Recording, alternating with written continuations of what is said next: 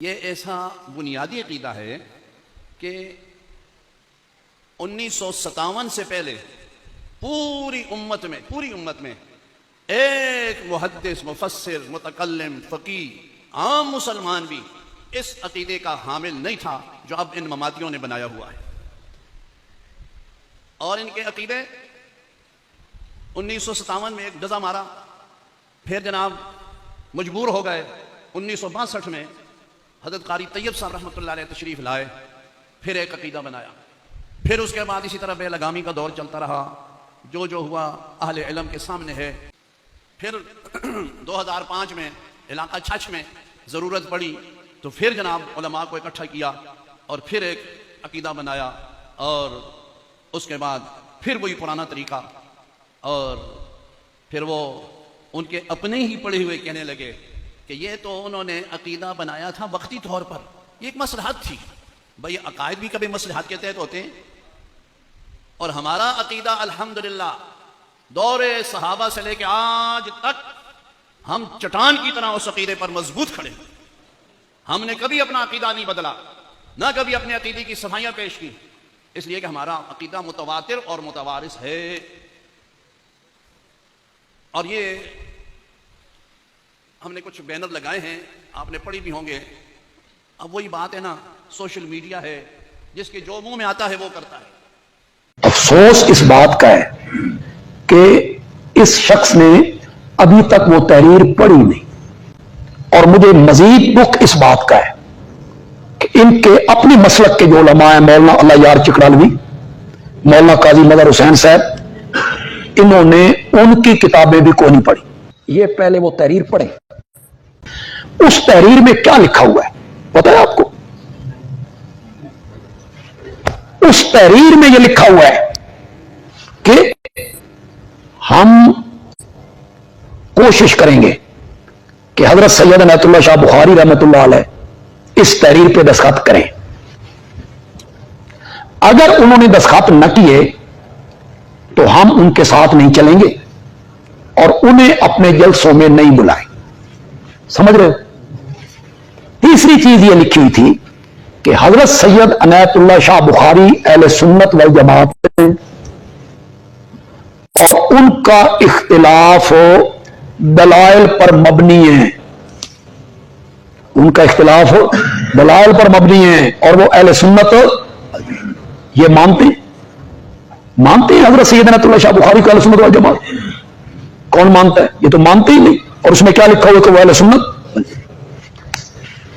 حضرت شاہ جی کو جب پتہ چلا کہ اس طرح دستخط ہو گئے ہیں اور اس میں یہ لکھا گیا ہے کہ مجھ سے بھی دستخط کرائے جائیں گے، تو حضرت مولانا قاری محمد طیب صاحب رحمۃ اللہ علیہ پنڈی سے لاہور چلے گئے۔ تو لاہور جب گئے تو حضرت شاہ جی بھی لاہور پہنچ گئے، شیخ القرآن بھی وہاں تھے، حضرت شاہ جی بھی، قاضی صاحب بھی، اور دوسرے طبقے کے جتنے علماء ہیں، جامعہ شرفیہ کے، جامعہ مدنیہ کے، خیر المدارس کے، حضرت مولانا خیر محمد صاحب ملتان والے، یہ سارے حضرات وہاں تھے۔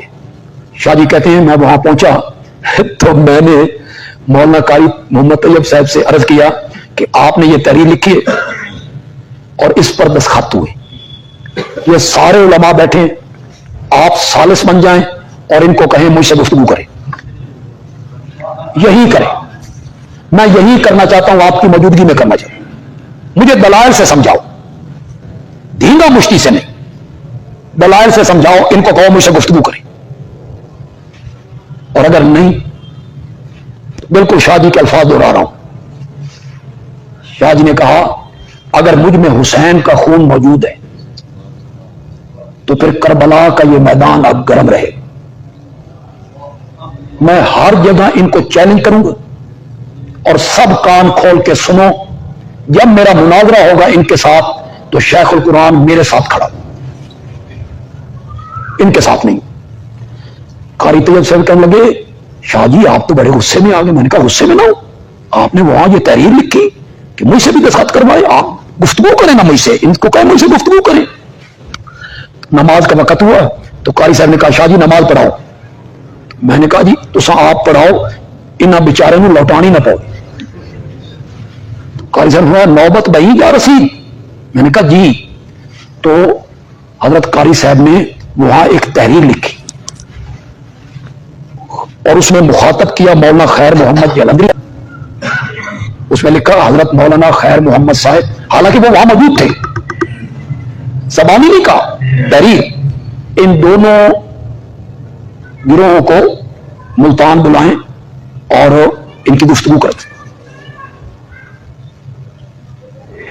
پنڈی والے تو ختم ہو گئے، اب ملتان بلائیں نے گفتگو، انہوں نے خیر المدارس میں بلا لی. اب خیر المدارس تو مدرسہ ان کا تھا. شاہ جی کہتے ہیں میں اور حضرت شیخ القرآن جب پہنچے تو طالب علم ہمیں گھور گھور کے دیکھ، ہمارا تو وہ بندہ کو نہیں تھا، یہ جرت تھی نا ان کی، ورنہ کہتے جی کوئی غیر جانبدار جگہ رکھو.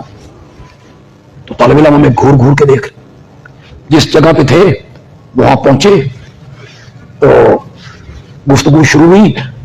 وہ وہی مقام ہے جہاں حضرت شاہ جی نے تھپڑ مارا تھا مولانا محمد علی جلندری کو، جب انہوں نے مولانا حسین علی رحمت اللہ علیہ کو معتزلی کہا. اس پر غصے میں آ گئے تھے شاہ جی. تو گفتگو شروع ہوئی، بڑے بڑے علماء وہاں موجود تھے. تو وہ حضرات کہنے لگے کہ المحمد پہ اتفاق کر، آپ بھی ہم بھی. میں نے کہا المحمد مانتے ہو؟ اور جس کے لیے میں نے یہ سارا واقعہ آپ سنایا، المحمد مانتے ہو؟ کہ جی بالکل المحمد مانتے. میں نے کہا لے آؤ المحمد، لے آؤ. اب وہ کہتے ہیں المحمد نہیں ہمارے پاس. تو میں نے کہا لڑتے ہیں اور ہاتھ میں تلوار بھی نہیں، خیر المدارس میں المحمد کو نہیں، لے آؤ. ادھر ادھر گئے، ان کا جی نہیں ملتی. شاہ جی کہتے ہیں میری عادت ہوتی تھی، میں گجرات سے نکلتا، گاڑی پہ سفر ہوتا تھا، ریل گاڑی پہ، تو میں تھیلے میں کوئی کتاب، ایک دو کتابیں رکھ لیتا تھا کہ رستے میں پڑھتے چلے جائیں. اس دن میں نے المحمد رکھی ہوئی تھی، جب نے کہا المحمد کوئی نہیں، تو میرا تھیلا ذرا اوپر کسی تختے پہ پڑا ہوا تھا. میں اٹھا، میں نے تھیلا کھولا اور میں نے کہا تہاڈا ایمان میں تھیلے ہی ڈکے ہوا نکالتا ہوں. میں نے المحمد نکالی. میں نے مولانا محمد علی جلندری صاحب سے کہا پڑھے اس کو. وہ اردو پڑھنے لگے.